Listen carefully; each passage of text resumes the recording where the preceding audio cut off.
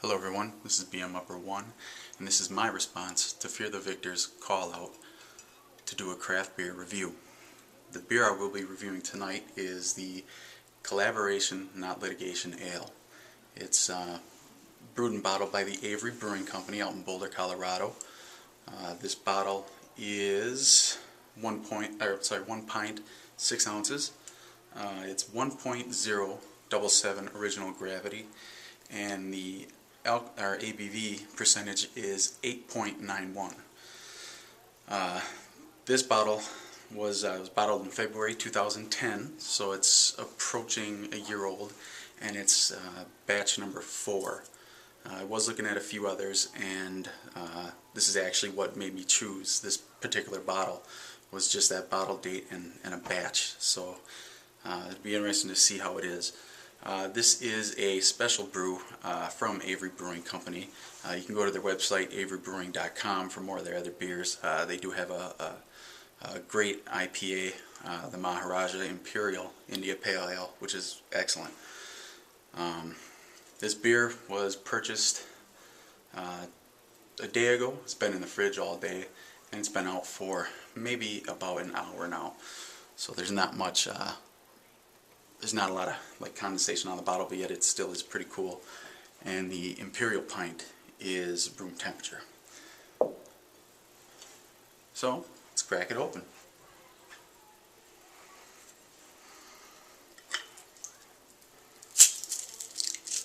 Nice crack. Breathe for a second.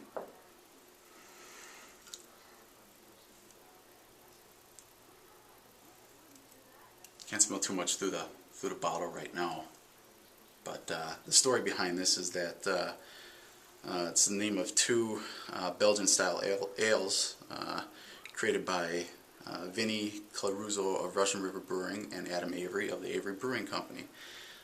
They've supposedly merged the two together to make a perfect blend of ale.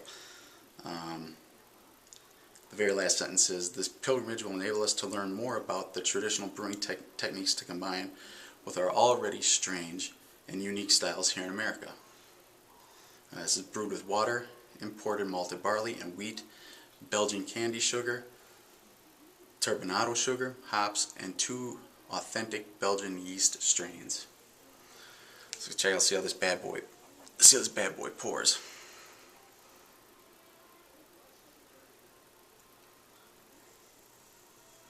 Okay, right now it seems to be like a cola bronze color.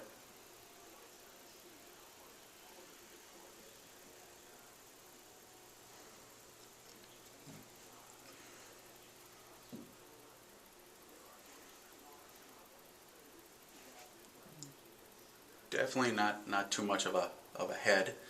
I guess you could call this like an American ale. I would assume I would call this an American ale because it's brewed in Colorado. We're looking at about a finger width of head. You can see some of the bubbles rising. Hopefully you can see through that. It is sort of, like I said, it has a maybe a cloudy copper amber color, and the head it's pretty thin.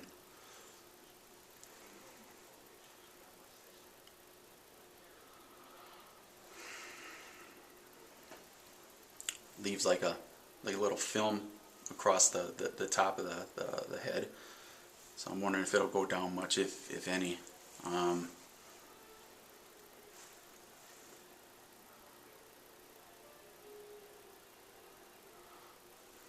can smell.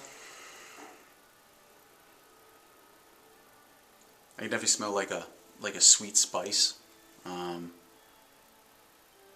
Can't really smell that alcohol in it. I don't know. Bit of fruit, maybe like a sweet fruit, like maybe some orange. So I don't think it's gonna go down very much. So we'll take the first hit. To your health.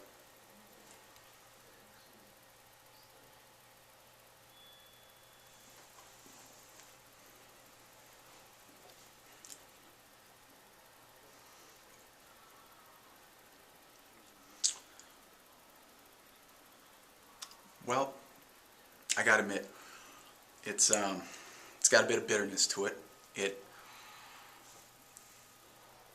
Believe it or not, it smells a lot better than what it tastes. Although it's not very bad. You do initially you get a bit of a sweet taste of fruit, but it has like a bitter backbone to it. Once you swallow it, and it gets to the back of your tongue and on the way down. It's not too bad. It's definitely not as good as the Imperial IPA that I had by this company. However, it's still fairly decent.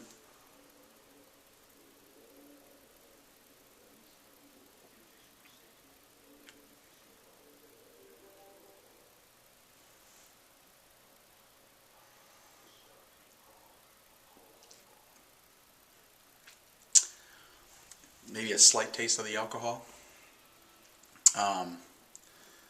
But like I said, right away the fruit hits you. And then it goes, as soon as you swallow it, it goes bitter. It's even got maybe a bit of sourness to it. And that's on the front end too, so maybe a little sweet and sour action. The head has gone down considerably. It's no longer the finger width, it's maybe about a half a finger. It does not cling around the glass or anything like that. You're still getting your bubbles. The color's pretty much staying the same. You can taste some hops. You can definitely taste the malts. I'm pleased with the beer. I mean, it sort of reminds me of a Newcastle brown ale. If I had to choose between the two, I would take the Newcastle. The alcohol, like I said, you can catch a little bit of the bite, but it's not that bad at all. Not at what I say, the 8.91%. Not very bad. Could this be a session beer? For someone else, sure. For me, just starting, I would have to say no. This is something I could probably go with maybe one or two, and then leave it at that. Especially since I've just started trying craft beer. There's so many more out there. I would love to explore more. This would not be one I would consider like an Old Faithful or go back onto. It still is a decent, strong beer. But this is nothing where I could do 1, 2, or more than 2 a night. Hell, not even more than 2 a week.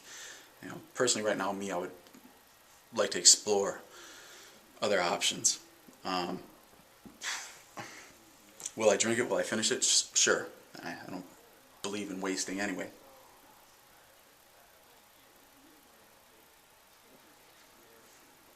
But it's not bad. I'll give you a quick shot if you can see the top of it there.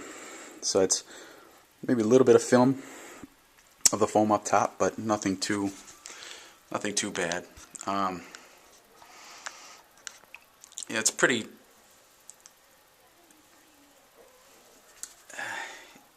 It's got a very crisp finish to it. So I mean, if you're into that sort of thing, then this is definitely for you. I guess if I were to like give beers on a 1 to 5 rating, I would give this, as for my first one, and probably being a little bit generous, I'll give this a 4. 5 being the best, 1 being the worst. Would I have more of this? Sure, but not an everyday type thing. Like I said, there's plenty more I want to see. Take one more swig to your health.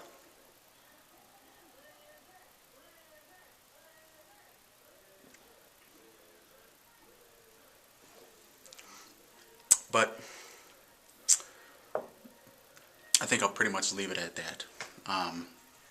So overall, it's a decent beer. Not as good as the Imperial IPA, the Maharaja by every brewing company, but still something it's worth giving a shot. It is their special brew, which was created in February 2010, batch 4. It's batch number 4. So I don't know if anything older, if it might taste a little bit better, if they have anything. I think this is their most recent batch. Maybe if I would have kept it out of the fridge longer, I don't know. But anyway, hope you enjoyed this. Fear the Victor. You're the man. I salute you, sir. Excuse me. This is BMUpper1 saying thank you very much. Hope you enjoyed it. See you next time.